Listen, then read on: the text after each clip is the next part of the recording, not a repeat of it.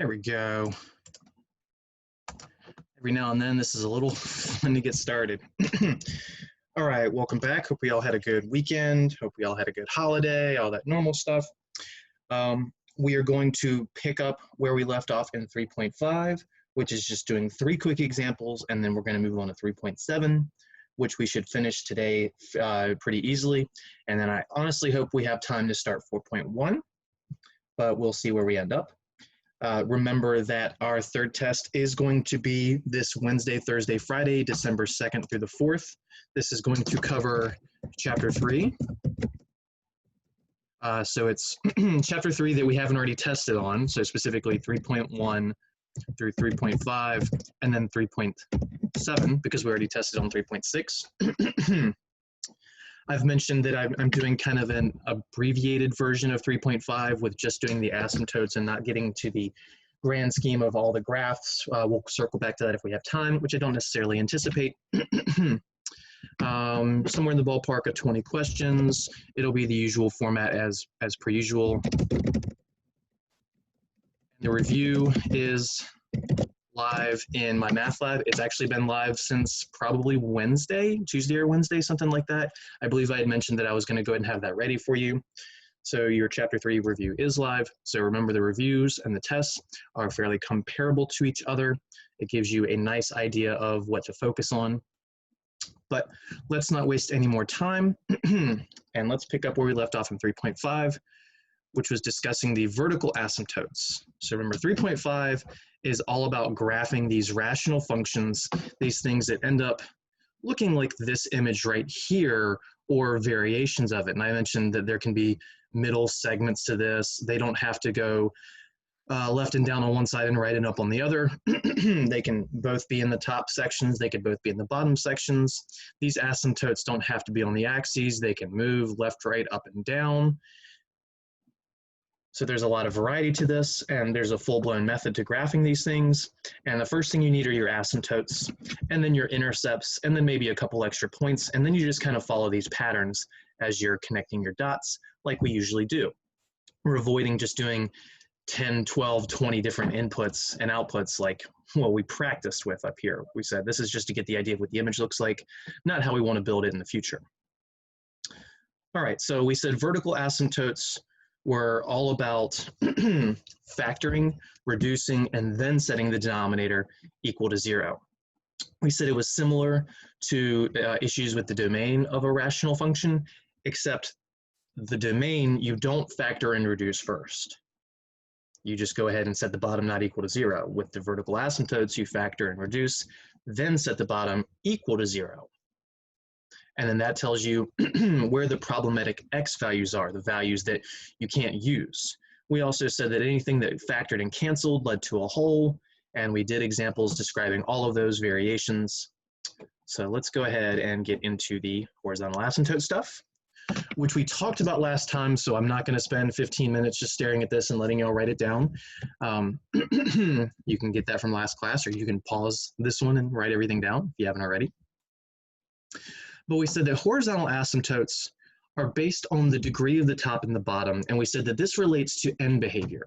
It's like you consider the end behavior of the top, you consider the end behavior of the bottom, and then you see which one takes over the most. That's the main idea, even though I'm kind of giving you a cookie cutter approach to this. When you go into calculus, though, they teach you the non-cookie cutter version, which is what I first said, where it's you treat it like end behavior, the top versus the bottom, and see which one takes over. Hold on one second. So if the degree in the top is larger, that means that the top takes over and it's treated more like a polynomial, and polynomials shoot up or down forever, which is why there is no horizontal asymptote. If the degree in the bottom is larger, then it acts more like a 1 over x or a 1 over x squared, which is where it flattens out to 0 over time as you look at the end behavior. And we said that if the degrees are equal, then basically you're just taking the the leading term in the top, dividing it by the leading term in the bottom, and you'll be left with the ratio of the leading coefficients, which is actually the horizontal asymptote. That's what the value will trend to as you go on to infinity or negative infinity. So You can already kind of see example 2 peeking its head out, but we will write it from scratch. So we are just finding the horizontal asymptotes here, if any, because some of them don't have a horizontal asymptote.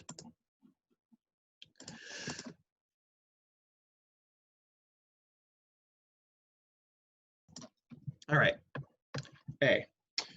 We got 7x to the third plus 9x squared divided by 2x to the fifth minus 3x to the third plus 1. So what I'm going to do to the side is I'm going to list the degrees of the top and the bottom. See, this is a rational function because it's a fraction with variables littered all over top and bottom. So the horizontal asymptote is all based off the leading term. It's based off of this term from the top and this term in the bottom. It's not necessarily the first term, it's the term that has the biggest exponent, which those have the biggest exponent top and bottom. So again, those are the only two terms I'm really needing to look at. It's this term and this term. All right, so that says that the top degree is 3 and the bottom degree is 5. The bottom is bigger than the top. B greater than T, that's bottom is bigger than the top in terms of degrees. So that means, which of these three cases are we under? Now again, I want to kind of teach you the calculus method. The calculus method says that since the bottom degree is bigger, that's the thing that takes over. Basically, as you go to infinity and negative infinity, these terms don't matter. It's just these two. And the fact that there's more in the bottom means that the bottom is what takes over. So this is like having a 1 over, if you do 3 minus 5, it's -2, or +2 in the bottom.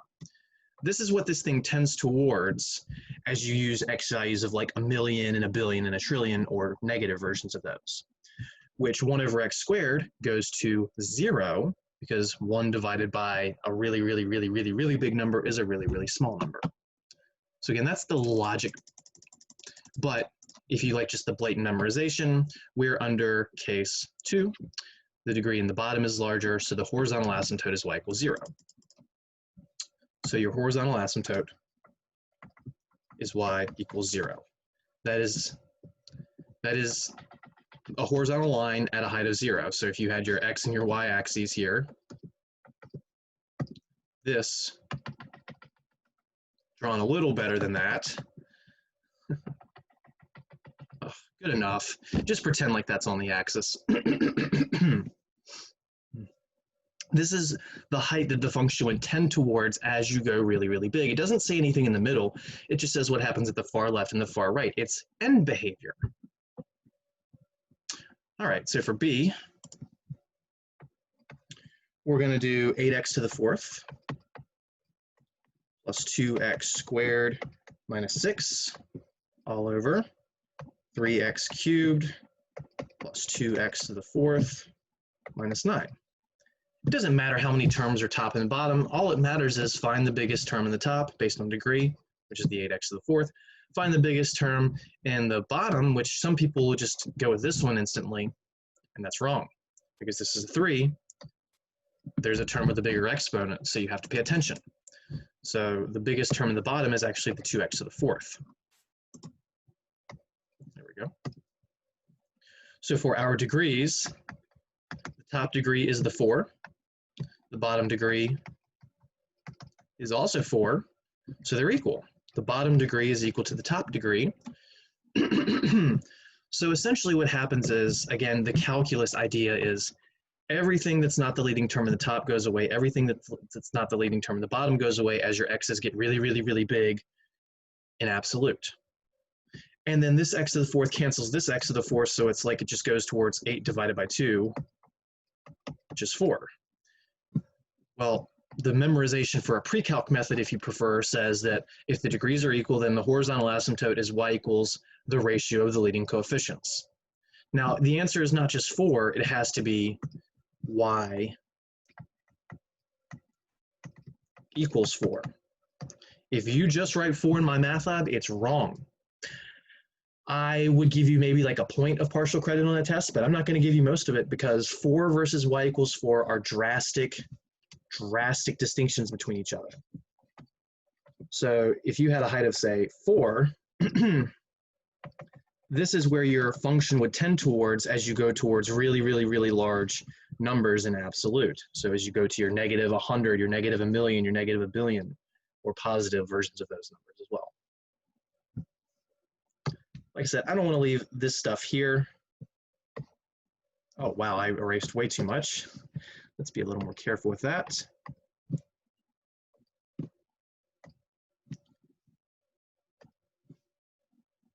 What happened? There's an X missing. So again, if you're just doing the blatant memorization, it's the ratio of the leading coefficients. What you would have done is said it's y equals the 8 over the 2.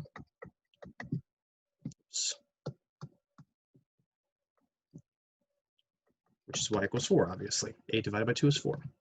That's how you get there from the memorization version. All right, last one. 6x to the 5th. And these could all say f of x equals. In fact, for the last one, I will write it as a, they're all functions, but I'll share the function notation. It doesn't matter whether it's there or not. Just trying to prove that point.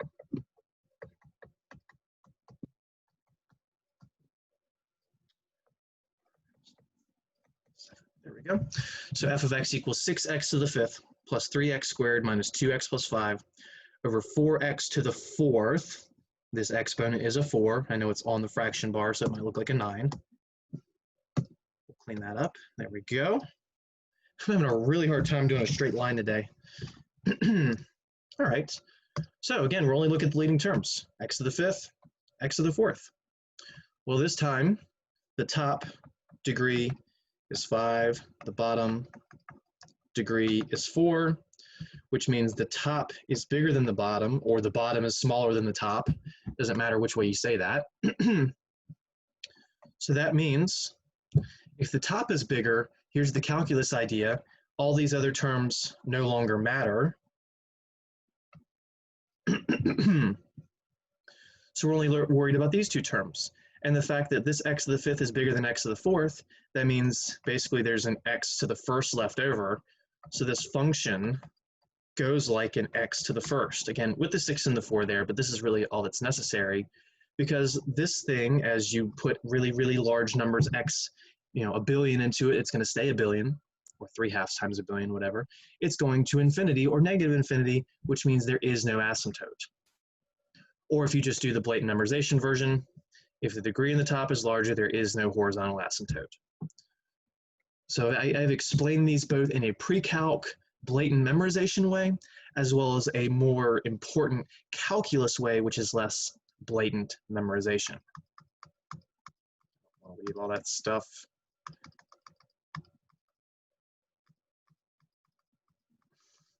Good grief, there we go. All right, so there is no horizontal asymptote. This thing has what's known as a slant asymptote, but we're not going to study that in this course. A pre-calc course somewhere else might study it, ours just doesn't. It's something that you might get into in your pre-calc 2, once again, depending on where you take pre-calc 2.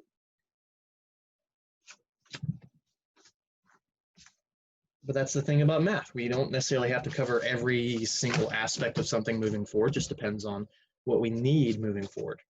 And for our calculus sequence, we don't really deal with slant asymptotes too much. And a slant asymptote is exactly as it sounds. It's just instead of having this little horizontal line, a slant asymptote means that as you go towards infinity, your function ends up going towards a slanted line. So it might end up looking, let's say you had a vertical asymptote here, you might get a function that looks like this.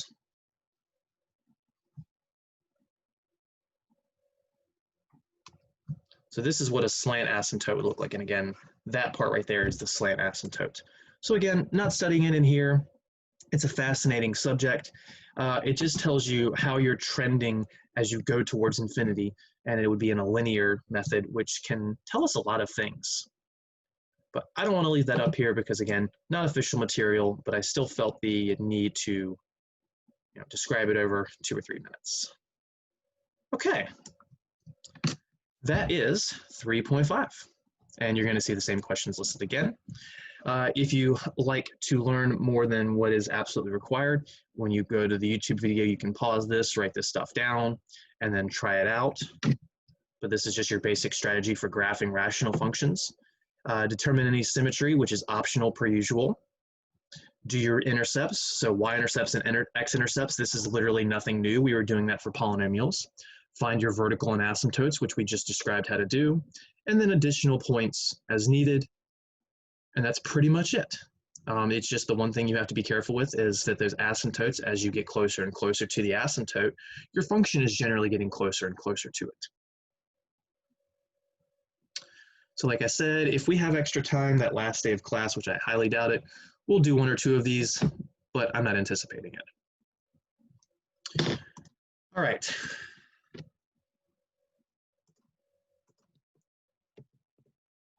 I might regret doing that.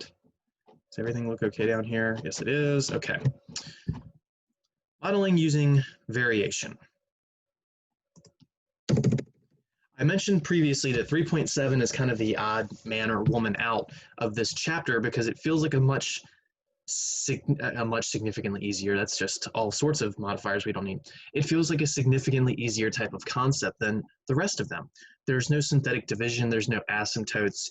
It's just write an equation, plug some numbers in, find a value, rewrite the equation, plug some numbers in, find a value. This is algebra 1 idea.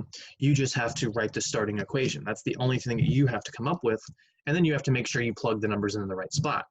Square goes in the square peg, circle goes in the circle peg. Pay attention and you'll be okay. And there's a couple different ways we can phrase this variation.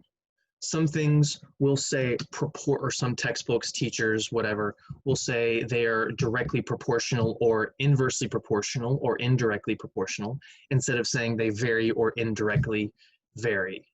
So the word proportional has the same meaning as the word vary, which is why you kind of see these. All direct variation can be modeled as this thing, where k is a constant of proportionality, also known as a constant of variation. So again, the words proportional and variation essentially mean the same thing. Direct variation happens when as one variable increases, so does the other.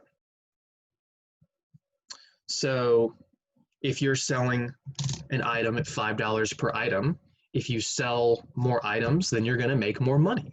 Selling more items, that's the number of items going up, and then you make more money because you're going to make $5 per item. So let's say originally you sold 2 items, that's $10, and later you sell 4 items, that's $20. So the number of items went up, the amount of money you made goes up. That's direct variation. And you can even kind of relate it in a simpler way. Direct variation can be simply expressed as if one item doubles, the other doubles. Direct variation, without extra modifying words in there, like this little red ink over here I'll get to in a minute, means that you have a linear setup, y equals kx, where k is going to end up being a number that you find. It's not given to you. You have to find it by plugging in an x and a y, solving for k, and then just know that k is now permanently that for that problem. It is insanely simple. So all direct variation can be modeled as y equals kx, and this is when y varies directly with x. So if y varies directly with x, you write y equals kx. If I said x varies directly with y, I would instead say x equals ky. Now, admittedly, it doesn't necessarily matter that much for direct variation, but if you throw in modifiers like it varies with a cube or a square root or an absolute value, or if it's indirect variation, then that order does matter. So I want you to understand this aspect. Y varies blah, blah, blah, blah, blah. Y varies blah, blah, blah, blah, blah. That tells us the thing that should be by itself. So if I say the number of apples varies blah, blah, blah, blah, blah, then I'd be calling the apples Y. I could certainly use the letter A if I prefer. But that would be the thing by itself. So if I say y varies blah, blah, blah, blah, blah, y goes by itself. If I say y is proportional to blah, blah, blah, blah, blah, then y goes by itself. If I say your profit is proportional to blah, blah, blah, blah, blah, profit is what would go by itself. All right, you can modify direct variation by saying something like y varies directly with the square of x. So when I throw in this modifier, the square of x, that's what changes. It's now an x squared. Or I could say y varies directly with the cube of x, cube root of x, excuse me, which would be y equals k times the cube root of x. I left a little space here so that you didn't think the 3 went with the k. You're never going to change the k. The k does not get powers. It does not move to the bottom. You're not going to jumble it all around. K is just going to be a number eventually. And it's known again as the constant of proportionality. Let's think back to earlier when I said, all right, every item you sell makes you $5. In that problem, the 5 would actually be the k. So I can just take the number of items I sell, multiply by 5, and that gives me my money. So if I sold 3 items, 3 times 5 is 15. If I sold 10 items, 5 times 10 is 50.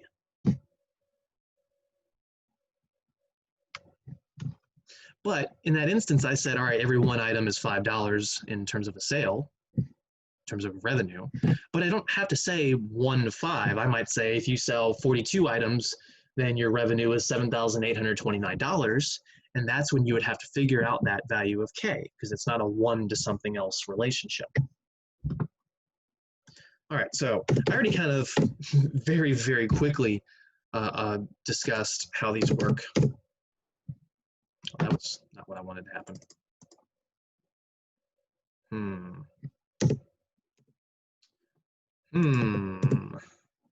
Well, I'll just hide that then. That's okay. So for these problems, you must first find the constant of proportionality by plugging in a pair of x and y values. And again, you don't have to call them x and y. You can call them whatever letters you like. A for apple, Z for zucchini, P for profit, I for item. O for orange, I wouldn't use O personally because it looks like a 0, but you certainly could. Just be extremely careful. You'll never see me do it though. So you'll make your equation first of all. That's an implied step. Then you plug in a pair of numbers that are given to you. They have to give you a pair that go together. That will enable you to find the k, the number that tells you for every one of this, it's this many of the other thing. Then they should have given you another bit of information. They'll say, all right, well, how many apples are sold if they sell this many oranges? So you plug in that one value along with the k, and that enables you to find the unknown x or y. Sometimes it's literally just plugging the numbers in and multiplying. Sometimes you have to do a tiny bit of algebra, and we'll see all of that happen. So again, there's literally nothing complicated about this. You just have to see 1 or 2, practice them yourself, and I think this is about the easiest thing you can do in Chapter 3, but that's an opinion. All right. I don't want all this stuff up here.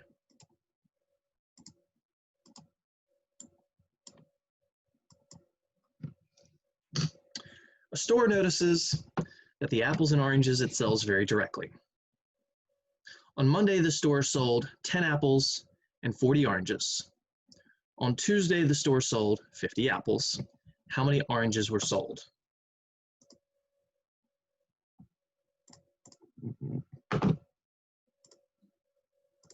So this is a pretty, I'm trying to save some time today by leaving all my notes just kind of pre-written already, but it's occasionally being a pain in the butt. All right, so the store notices that the apples and oranges it sells vary directly. Now, first of all, this phrasing is not exactly like the phrasing I gave you, and that's intentional. In your homework problems, they're going to be the way they give you, and you don't have to really think about which one's the y and which one's the x. It's if y varies, blah, blah, blah, blah, blah, that's the one that goes by itself. Here, they didn't tell us that, so it's actually up to us, but again, thankfully for direct variation, it doesn't matter. If this was an indirect variation, I would have to give you that whole order more appropriately. If anything varies with a square or a square root or a cube root or an absolute value or something like that, I have to give you a much more specific sentence. But they just say, we just say, I just say. Store notices the apples and oranges it sells varies directly. On Monday, the store sold 10 apples and 40 oranges. On Tuesday, it sold 50 apples. How many oranges were sold on Tuesday? So Monday is the completed pair. 10 apples leads to 40 oranges, or 40 oranges leads to 10 apples. It's just they're paired together like that. We're told that these things vary directly, so that's a y equals kx setup. We just have to decide, do we want to call the apples X or do we want to call the oranges X? I'm going to choose to call the apples the X and the oranges the Y. That was my choice. I can flip-flop it and get the same answer at the very end because it's direct variation. And there's no square or cube root or anything like that. On Tuesday, the store sold 50 apples. How many oranges? Okay, well, let's ignore the Tuesday part for now. Tuesday hasn't happened yet. We're only on Monday. So we're going with the y equals kx, where x is the apples and y is the oranges.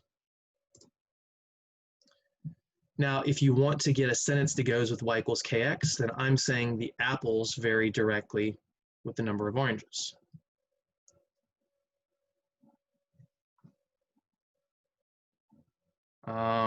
Didn't I? Yes. Okay, just making sure I had that right. So, I'm just gonna erase this junk. Pretend like you didn't see that.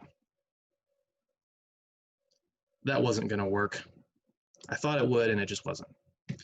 So we take our y equals kx, which once again, we're calling the y the number of oranges and the x the number of apples. So we're gonna plug the 10 in for the x and the 40 in for the y. So the y becomes a 40. That's what that little arrow means, equals. The k we still don't know, we're gonna figure that out. And then x was the 10. Double arrow, so we get 40 equals 10k. You don't have to reorder those two numbers if you don't have to. I know that sounded redundant. If you don't feel like you have to, you don't have to. We'll divide both sides by 10. And what that'll give us is that k is equal to 4. Now that value is going to be true for this entire problem. This tells us for every one apple we sell 40 oranges. That's what the k does for us in a linear problem. If it's indirect variation or any of this other cube root, square root stuff, it's kind of shadier. So now what we can do is we can take this y equals kx, and we can write in the k permanently. It's now y equals 4 times x. And from here, we'll go to Tuesday. So on Tuesday, the store sold 50 apples. How many oranges did we sell? Well, 50 apples, that's the x. We said apples is x. So our y is now on Tuesday going to be 4 times 50, which is 200. So it's 200 apples. Direct variation means as one thing goes up, the other goes up. Our apples went from 10 to 50, so they went up, and our oranges went from 40 to 200. They also went up. They go up in a constant of proportionality manner, this 1 to 4 concept. But yeah, that's really all there is. Nothing too crazy.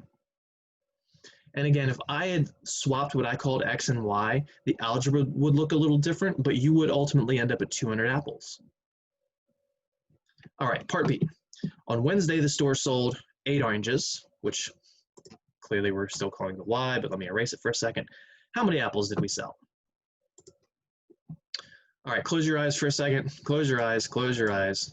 Why is that eraser not working? Erase, please, and thank you.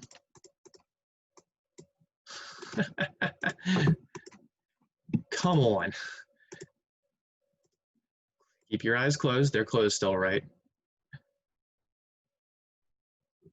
Okay, open your eyes. I know you didn't close your eyes. On Wednesday, the store sold 8 oranges. What did we call oranges? We called them Y. See, labeling things is going to be insanely helpful. Otherwise, now you're in part B, you might actually call them X. So how many apples? Well, we're still going to use the y equals 4x. That k is not changing. But now instead of plugging the 8 into the x, we're plugging it into the y. So we get 8 is equal to 4 times x. And to solve that, we divide both sides by 4, basic algebra. And then what we get is 2. 2 is equal to x being apples, so 2 apples. The number of oranges went down, and the number of apples went down. Makes sense.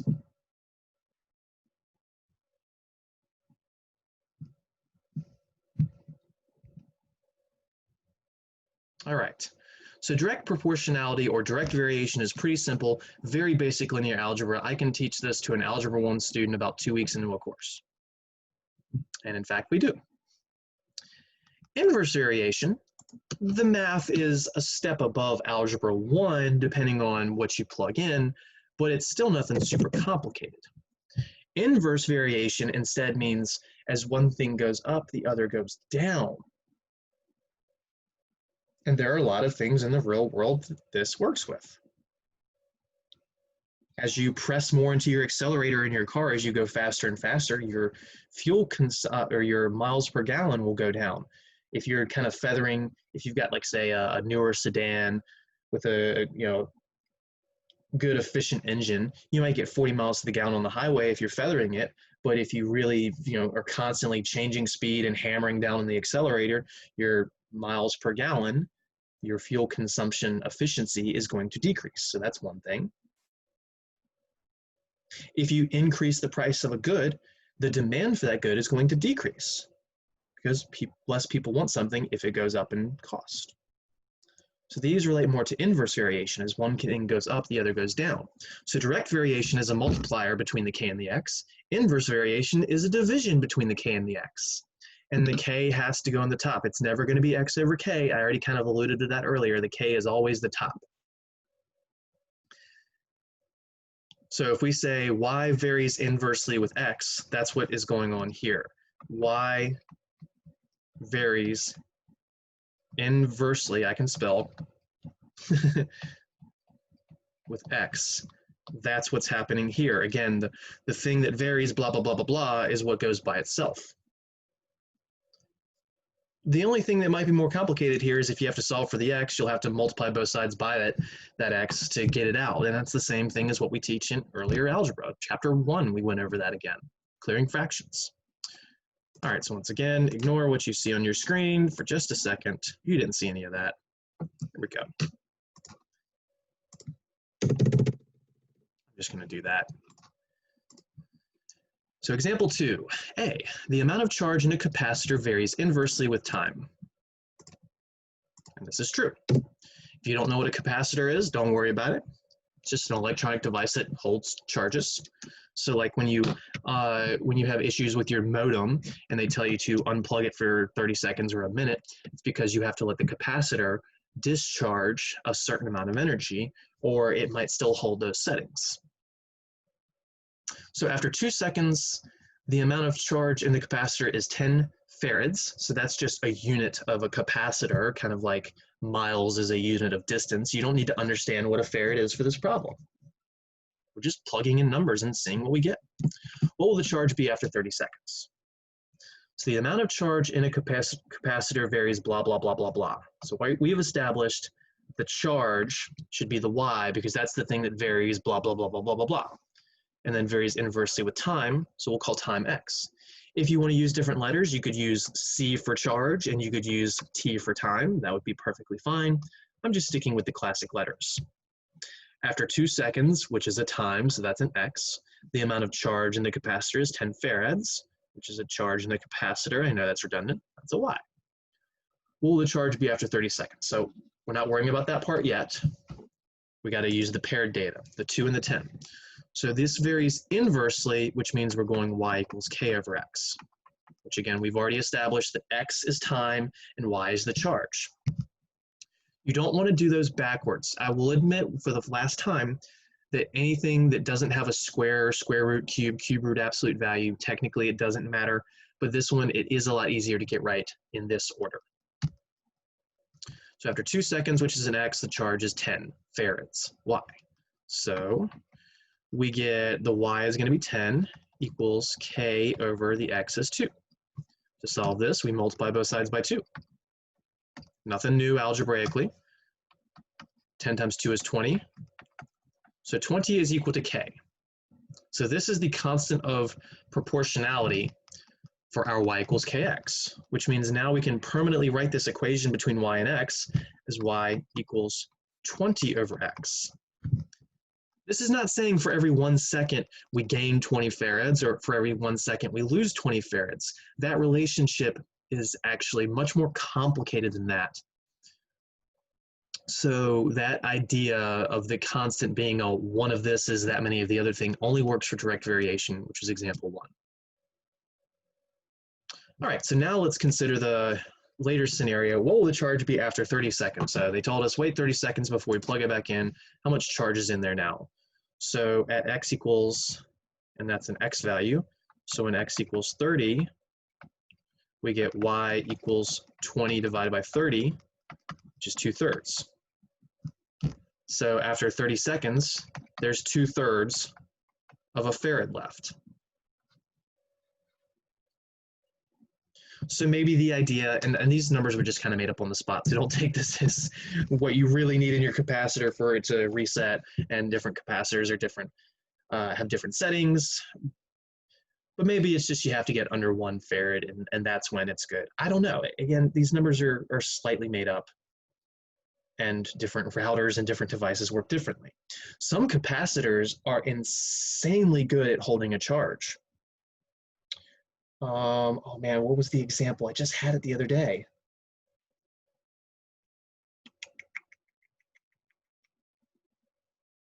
Don't worry about it, but some are really bad at it, some are really good at it. It's just what the capacitor is designed like. Like the capacitor in your air conditioning in your home is going to be drastically different than the capacitor in your modem or the capacitor in your Xbox or whatever. Now, again, I'm not telling you you need to understand capacitors in this class. All you got to do is understand using a model, plugging in numbers, and boom, there you go. All right, same stuff as right here.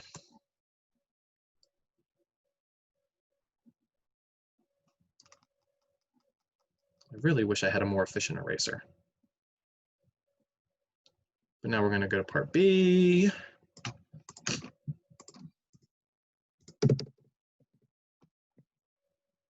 At what time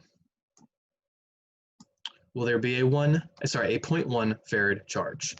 So maybe you have a different electronic device, or maybe after 30 seconds, your modem is not completely discharged. It's electricity. It's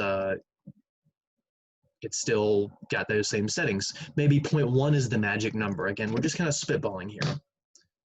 So, well, what is that 0.1? That's a charge, which we said the charges are going to be y values. So we're going to call that a y.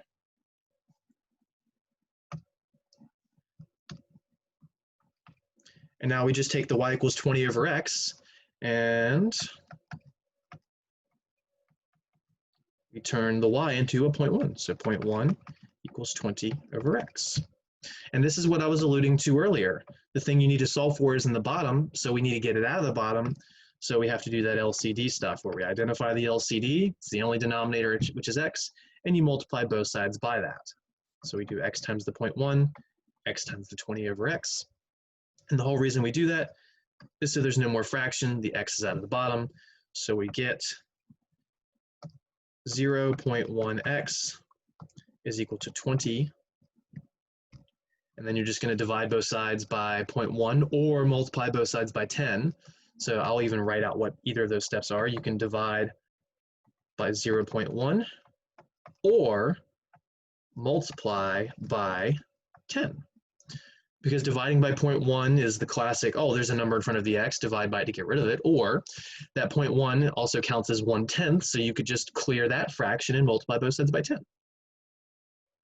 I'll do the division by 0.1. I was supposed to do that in red. And 20 divided by 0.1 is 200, or if you do 20 times 10, that is still 200. So we get x is equal to 200. X is a unit of time, which we have labeled higher above. X is time, so that means it's 200 seconds. Sorry, there we go.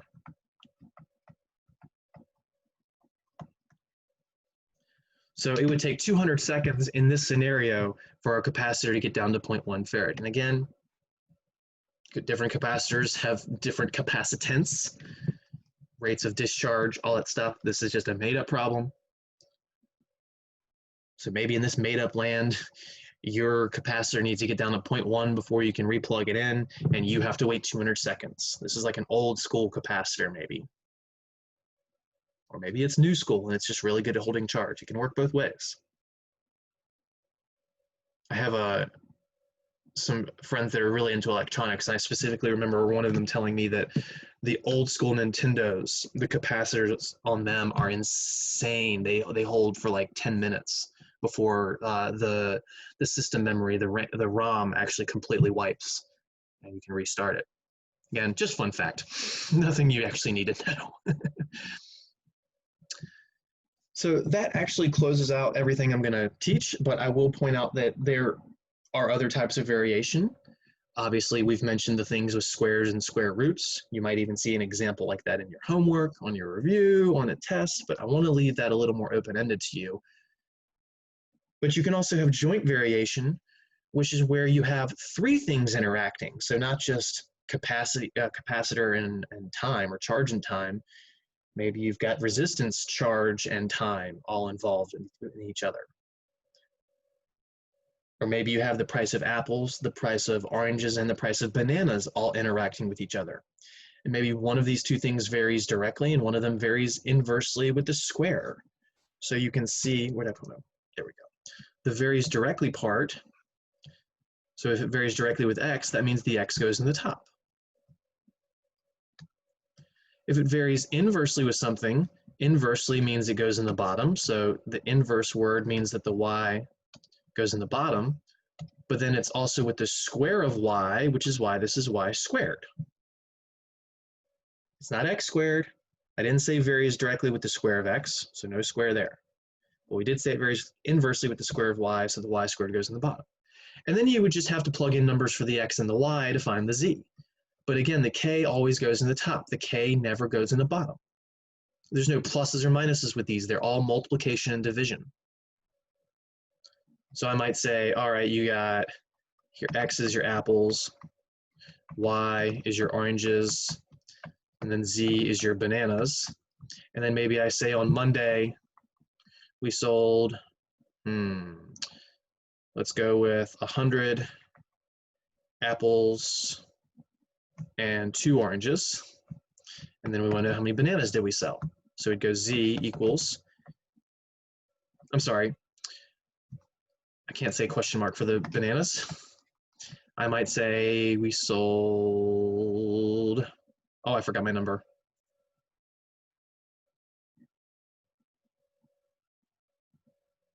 Let's say it was also 200 bananas. So when you plug into your equation, the z is the 200, so you go 200 equals, we don't know the k, times the x is 100, over the oranges were 2, so that bottom is 2 squared. So you get 200 equals 100k over 4, which says 200 is equal to 4 goes in 125 times. And then you divide both sides by 25. Why did I hit eraser? 25 would go into 208 times. So 8 would be the constant of proportionality. That has nothing to do with for every 1 apple you sell, 8 bananas or anything like that. It's just the number that goes in this equation. And then you can then finally say that z is equal to 8x over y squared. Now I could give you just the apples and oranges to find the bananas, or the apples and the bananas to find the oranges. I could give you any two to find the third. And there we go.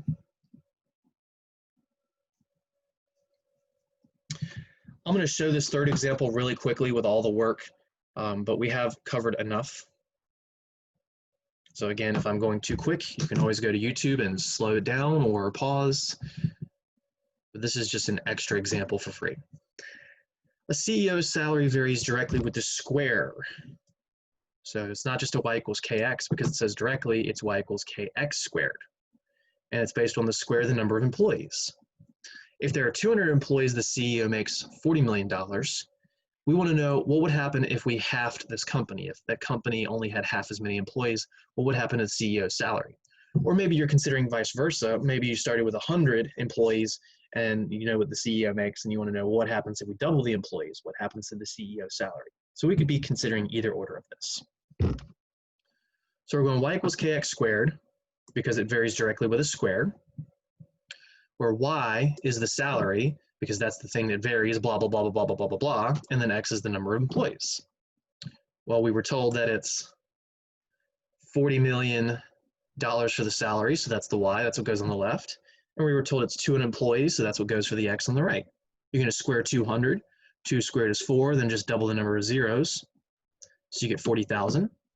So that's 40,000 times k. I just went ahead and reversed the order of those to make it more appropriate. You divide both sides by 40,000, and you'll get k equals 1,000. So you can then rewrite your original equation as y equals 1,000 times x squared. All I've done is I took this, but we now know the k is 1,000, so we wrote it this way. Now they say, what about if there are 100 employees? It says plug in 10, but it's 100. I'm missing a 0 there.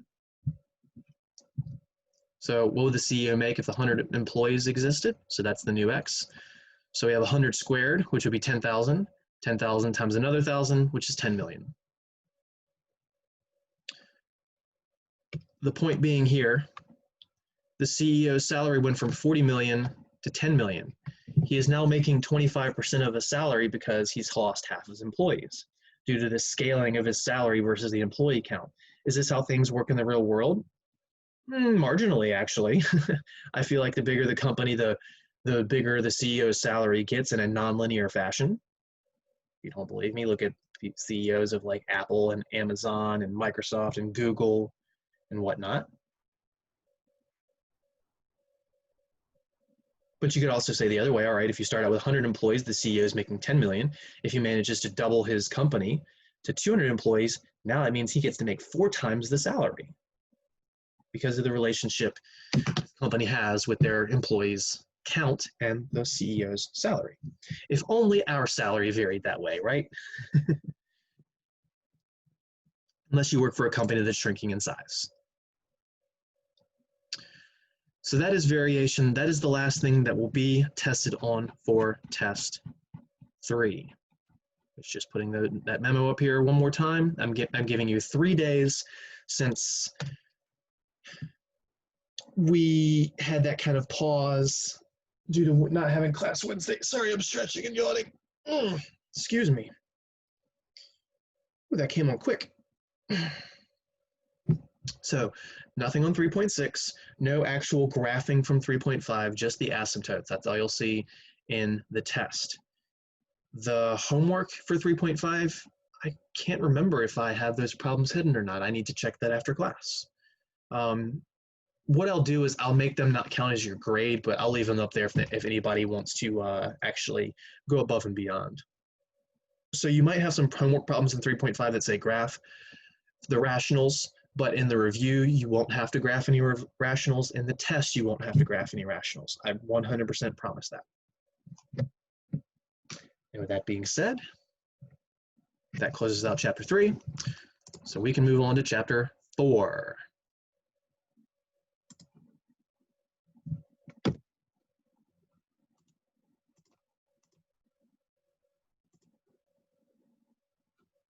Oh, I hit the wrong thing, didn't I? There we go. Chapter 4.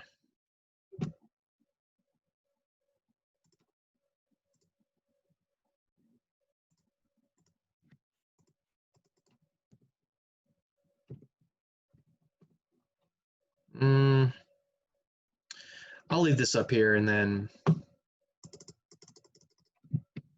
just kind of ignore this. Exponential functions. Chapter 4 is all about exponential functions and their inverse, which is, spoiler alert, known as a logarithmic function. But let's save that for another time. Exponential functions are extremely important in this world, and they have a very basic principle. Exponential functions operate under the basic principle that it is a constant percent growth or decay. I should actually have that up there.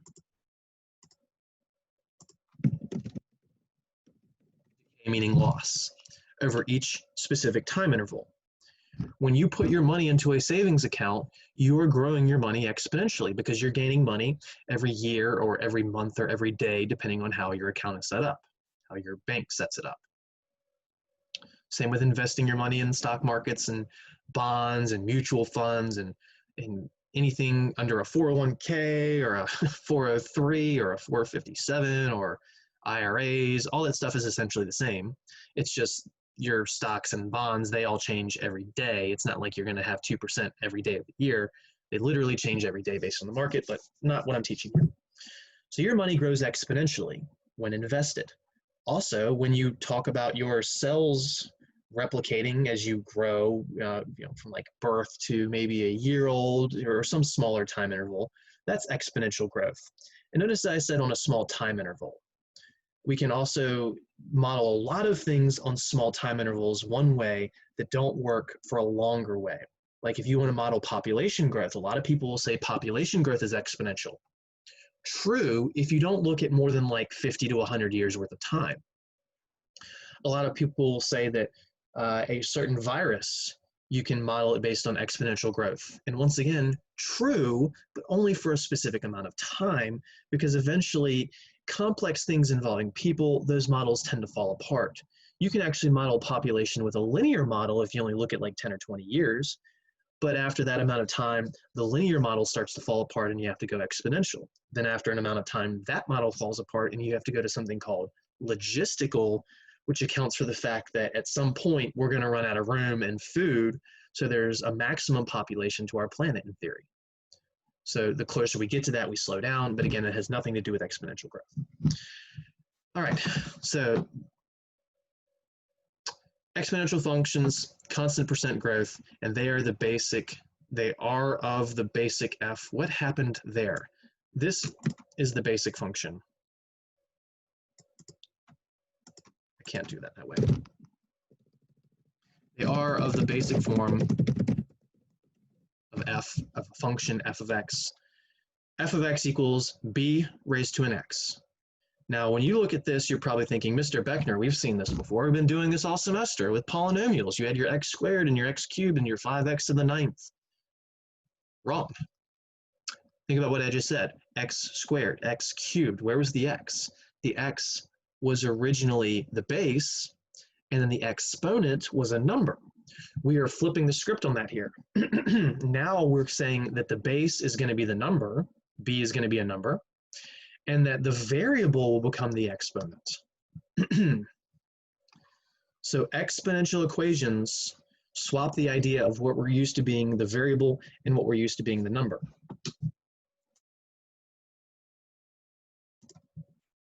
Polynomials have a base that's a variable.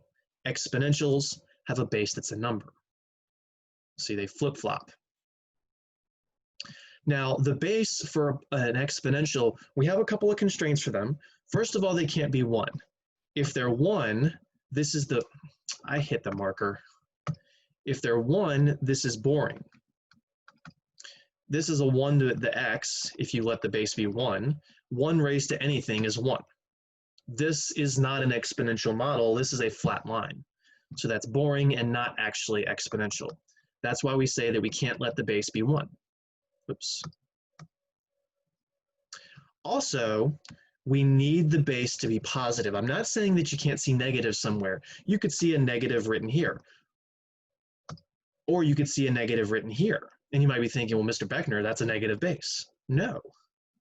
Because negatives work differently with exponents, whether there's a parentheses around them. So what I have on the screen right here, this negative b to the x, is completely different than this. This right here, what I have on screen now, would be a negative base, because I have a negative and it's part of the exponential piece. So you need to understand, you need to remember that negatives with exponentials are drastically different whether there's a parentheses or not. It's all about whether that negative will get repeated or not. So why do we need the base to be positive? If you let the base be negative, how do I want to say this? Your answer is going to be negative 99.9999% of the time. But it'll be positive for every even multiple of x. So it absolutely destroys the graph of it. You end up, instead of an exponential function, which I'm going to go ahead and spoil, your exponential functions look like this traditionally. It's slow growth at first until it eventually explodes and takes off. It kind of looks like quadratic, except the left side ends up flattening out like a rational. So that's what these are going to look like. If you let the base be negative, if your base is negative, here's what's going to happen. And this is really weird. It's going to go to about here, and then there's a hole, and then there's just a finite point here. And then it's going to go a little further, and then there'll be a hole, and there's a finite point here. And then it'll go a little further, and then there's a hole, and then there's a finite point here. This is an extremely kooky, crazy, wacky, insane graph, and you don't want to be doing that in this course. So that's why we say that we need the base to be positive. Now again, I can do this. This is not a negative base. That just makes the whole thing negative. This right here, that graph, would not have those discontinuities. It would just look like that. It wouldn't have all those little holes on every even multiple, because all the answers are negative until you hit an even exponent, and then magically the thing just turns positive because an even exponent makes a negative positive. But again, not in this form. All right. So we call b the base and x the exponent. Polynomial versus exponential form, very important to understand. Now what we want to do is we're going to figure out what the graph of a basic exponential would look like by doing something we'll never do again, which is by using several points. And close your eyes for a second. Keep them closed. I'll tell you when to open them. Keep them closed. I know they're not closed, so it just entertain me. Da, da, da, da, da.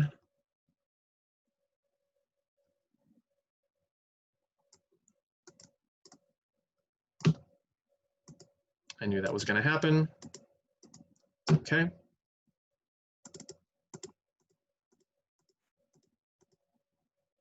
Try a little better. Go.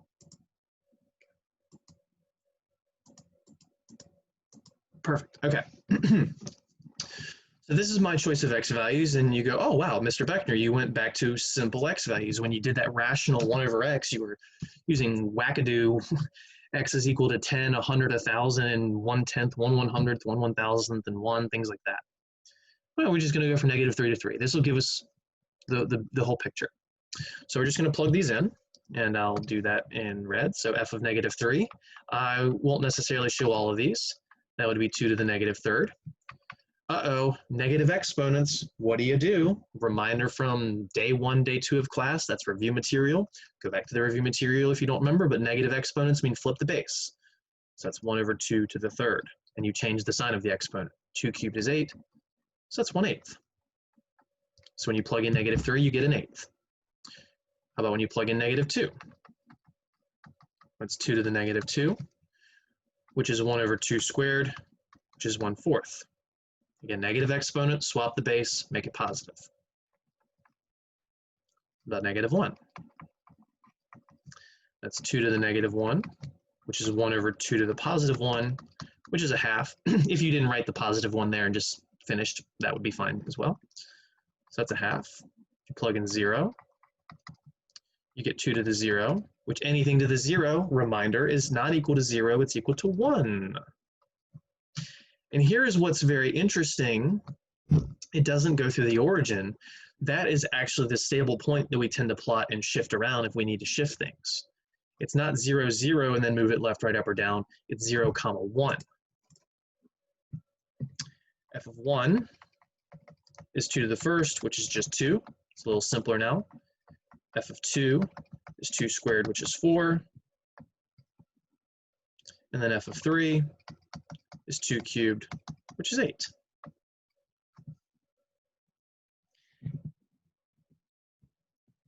Before we make the graph, I want you to observe the pattern. Look at the x's. I'm going up in increments of 1. So I've got a pattern here. Every time I go from -3 to -2 to -1 to 0, I'm going up 1. I'm going up 1. I'm going up 1. I'm going up 1 every time. These y values are not going up 1, they're not going up 2, they're not going up 5, they're not going up 17 or anything like that. They're doing something a little different, and it's a lot easier to tell with these 3 values. Sorry about that. 1 versus 2 versus 4 versus 8. Do you think you could predict what the next one would be? It's not 0, I'm just saying, do you think you could predict it? 1, 2, 4, 8, I would predict 16, because it seems like each of these is doubling. So it seems like you times 2 to go from 1 to 2. It seems like you're timesing by 2. It seems like you're timesing by 2. In fact, it works with the fractions as well. An eighth times 2 is a fourth. A fourth times 2 is a half.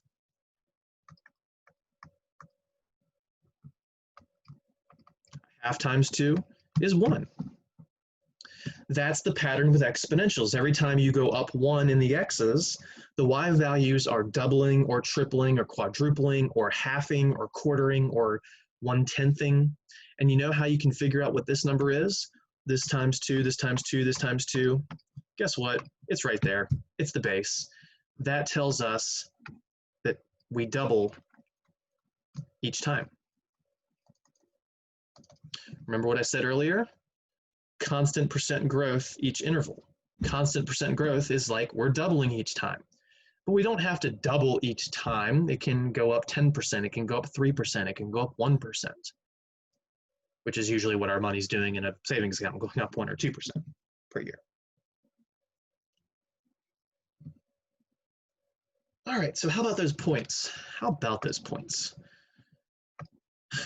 Negative 3, 1/8, that's left 3 and then up just barely.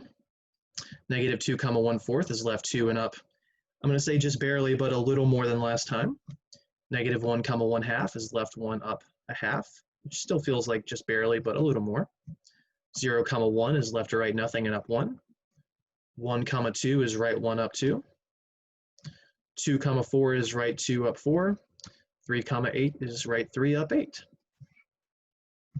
I'm going to draw the right half first, as best as I can. Sorry if it looks like there's a little bend there, it shouldn't. There we go. And then what happens is we just extend the pattern. It keeps doing this. It keeps growing quicker and quicker and quicker, because the next one's going to be 16, then 32, then 64, 128, 256, 512, 1024, 2048, blah, blah, blah, blah, blah. These suckers grow fast eventually. How long it takes them to grow fast depends on the base. But they start out moving very, very slow. Look at this. We were at an eighth, then a quarter, then a half, and then 1. Before an eighth, we'd be at 1/16, 1/32, 1/64, 1/128. So we're never going to cross that x-axis. We just keep flattening out and getting closer and closer to 0, which means there's an asymptote. This blue dotted line represents an asymptote. Asymptotes are what things tend towards as you go left, right, up, or down forever. However, it's only one side, so you'll see some teachers draw it on both sides. That's our horizontal asymptote. But I actually only like to draw it on one side because it only asymptotes on one side. And that's a height of 0, so that horizontal asymptote is y equals 0. See, there's growth on the right and flattening out on the left. That's how exponential functions look, or vice versa. Or you see the growth on the left side and the flattening out on the right, which we call decay in that instance. So what's your takeaway from this?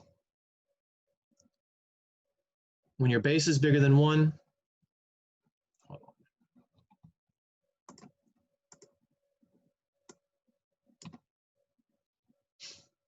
there we go. When your base is bigger than 1, do you need to do 3, 5, 17 points? No. All you do is you plot that 0, 1. I said that's our anchor point. You grow to the right and you flatten out to the left. The flattening out on the left is a horizontal asymptote. Now again, in my math lab, you might see that dotted line extending all the way across. That's okay, you just have to understand for exponentials, they only flatten out on one side. So if the left flattens out, the right side is exploding. If the left side's exploding, the right side's flattening out. Rational equations flatten out on both sides if they have a horizontal asymptote. So you just draw something that looks like a quadratic on the left. You draw something that has that asymptotic feature of rationals on the left side, growth on the right, asymptotic on the left, boom, that's it. Kind of feels like you're drawing a weird C, which also kind of looks like part of a rational. Well, it turns out, I'm going to go ahead and spoil this. No, I'm not. You can see it, but What if we did, I thought I had that example written, why don't I? But there was a big chunk of empty space. I feel like it got erased on accident. So example 1a, and I even have it called a. So b, f of x is equal to 1/2 raised to the x. So we said earlier your base has to be bigger than 1. I'm sorry, bigger than 0, but not 1. I said that incorrectly. Your base has to be bigger than 0, but not 1. This is under that case. Now it's just between 0 and 1. But spoilers, it makes a big difference if your base is bigger than 1 or if it's less than 1. By less than 1, I mean between 0 and 1. So when you go to do your table of values, I'm going to use the exact same -3, -2, -1, 0, 1, 2, 3. I'm going to go a little quicker for the plugging in. F of -3, that's 1/2 raised to the -3, which when you have a fraction raised to an exponent, you flip the fraction and change the sign of the exponent if it's negative. So that's 2/1 raised to the +3, which is just 2 cubed, which is 8. If you plug in -2, you get 1/2 raised to the -2, which is 2/1 raised to the +2, which is 2 squared, which is 4. You plug in -1. This is the last one I'll plug in. That's 1/2 raised to the -1, which is 2/1 raised to the +1, which is just 2 to the first, which is 2. Look at this. As we go up 1 on the left, each time, we went from 8 to 4 to 2. We're halving. We're halving. So to get to the next one, we're halving it. Half of 2 is 1. Then half of 1 is a half. Half of a half is a fourth. Half of a fourth is an eighth. These numbers right here, the red numbers, are backwards from previously. That's what I was kind of describing a few minutes ago, how it's either you flatten out on the left and grow on the right or vice versa. So when you go to make this one, 1, 2, 3, 1, 2, 3, 1, 2, 3, 4, 5, 6, 7, 8. Your points end up looking like this. 2, 4, 1, 2, 3, 4. -1, 2, 0, 1. You still have that 0, 1, and then it's 1, a half, 2, a fourth, 3, an eighth. Again, you see that explosion on the left side now, which we don't think about moving left in graphs. We more think about moving right, which is why we call this decay. It flattens out. It's going to go to a 16th and a 32nd, a 64th, et cetera, et cetera, et cetera. So now that horizontal asymptote is only seen on the right side. But you still have the 0, 1 point. That's what I call that anchor point. In both of these, you have the 0, 1. So that's the only point I really draw on these. And then it's just if your base is bigger than 1, you draw it the left way. If your base is between 0 and 1, you draw it this right-hand way. The fancier names for them are exponential growth when your base is bigger than 1, and exponential decay when your base is between 0 and 1. Exponential decay relates to things like radioactive dating. You can dig up fossils and figure out how old they are based on, we know that everything loses a certain amount of an isotope every 10 years or 100 years or 1,000 years. So we have these things called half-lives. And using that, we can throw it in an exponential decay model and figure out exactly how old some bones are within a year or 2 or 10 or 100, whatever they're scaling with. This will be the last thing I put on the screen, and we'll call it a day, just pointing out the domains and ranges of these for both of them. Now, this is without modifiers, without extra coefficients or extra negatives written somewhere, because those can change the game, as we'll talk about a little next time. Both of these move left and right forever, so their domains are both negative infinity to infinity. The ranges, there is no graph below, and it does not actually touch 0, which is why the range starts at 0 with an open parentheses, because it is not included and goes up forever, whether you're going up and right or up and left. So when we talk about graphing exponentials in here, this is what we're doing. We're just taking this basic picture or this basic picture and then shifting it left, right, up, or down, maybe reflecting it.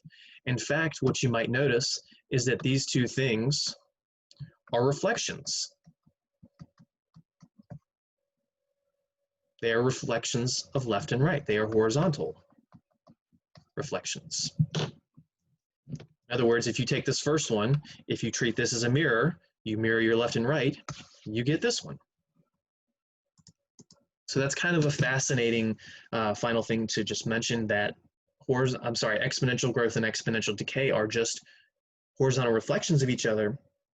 And if you're really good with fractions, we talked about how a fraction with a negative exponent just says to flip the base. Check this out. 1/2 to a negative exponent is the same thing as 2/1 to a positive exponent. And look at the bases here. We saw that the first graph we did was a base of 2. We saw the second one we did was a base of a half. And look at that, they're horizontal reflections of each other because there's a negative that would have been paired where the x goes. That 1 is where the x goes. And we said all horizontal changes go with the x's. They go with the inside of the core. So it's kind of fascinating that 1/2 to the -1 is the same as 2 to the +1, or 1/2 to the +1 is 2 to the -1. It works both ways. So we'll call it a day there. We have not finished 4.1. We will finish it next time pretty easily. And then we'll get into 4.2 and 4.3. So we've got to move along because we only have, I think, 3 more classes after this. So we'll start talking about the final exam next time, as well as making sure you remember that test 3 will be starting on Wednesday and available till Friday at midnight. So you can't see the test yet, but you can see the review. If you have any questions, shoot me an email. Have a good day. Work hard, study hard. We'll see you Wednesday. We're almost at that finish line. Take care, everybody.